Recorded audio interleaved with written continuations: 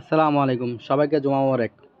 আজকে শুক্রবার, তাই আমি আর জিসাত দুজনেই আজকে তাড়াতাড়ি গোসল কাসুল করে একদম ফ্রেশ হয়ে দুজন খুশবু কাশবু লাগিয়ে একদম নতুন কাপড় চোপড় পরে আমরা জুমার জন্য প্রস্তুতি নিলাম। এখন আমরা দুজন চলে যাবো নামাজ পড়ার জন্য। এখন প্রায় 12:30।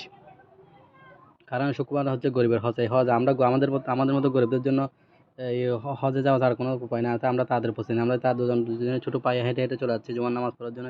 যেহেতু আমার পেছনে দূর আছে, বলতে আজকে সবার আগে গিয়ে নামাজ পড়ে, সবার আগে আমরা সামনের কাতারে নামাজ পড়ো। কিন্তু আমাদের আগে যে কতগুলো গিয়ে মসজিদে বসেছিলাম আমরা কিন্তু বলতে জানি না।